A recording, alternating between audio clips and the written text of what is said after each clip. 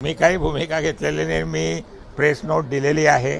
मी एवढं शॉर्टमध्ये सांगतो की मी माझ्या चाहत्यांना ही विनंती केलेली आहे की मी स्वतः मोदीजींचा जो पक्ष आहे कमळ आणि त्यांची महाविकास आघाडी महायुती याला सपोर्ट करण्याच्या संदर्भात मी माझा निर्णय घेतलेला आहे आणि म्हणून या जिल्ह्यातले दोघं कॅन्डिडेट जे आहेत ते कमळचे जे कॅन्डिडेट आहेत त्यांना आपण मतदान करावं असं मी माझ्या हितचिंतकांना प्रेम करणाऱ्यांना सांगितलं। निवडणुकीच्या तोंडावरती आता ते तर योग आहे, बाकी काही नाही। गिरीश भाऊंशी बैठक झाली तुमची आणि त्यानंतर हा निर्णय घेतलेला आहे? नाही असं काही नाही। गिरीशभाई तर येतच असतात, आज झाले असं काही नाही।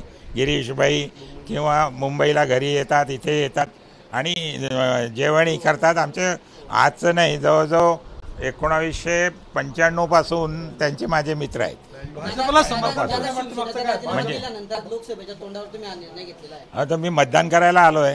भाजपला का कारण समर्थनाचं? मला आवडतायत ना मोदीजींचे संबंध जे प्रोग्राम आहेत ते आम जनतेसाठी गरीब जनतेसाठी योग्य आहेत। ते इन्शुरन्स आज देत आहेत, मेडिकल फॅसिलिटीज देत आहेत, एज्युकेशन देत आहेत, काय फ्री धान्य देत आहेत, प्रत्येक महिलेला जेवढं सपोर्ट करण्याच्या संदर्भातली म्हणजे असा एकही क्षेत्र त्यांनी सोडलेलं नाही की जिथे त्यांचा कार्यक्रम आज इम्प्लिमेंट होत नाही आणि ते मला आवडतं आहे आणि ते खास या देशाला आवश्यक आहे कारण ती 80% जनता ती आहे।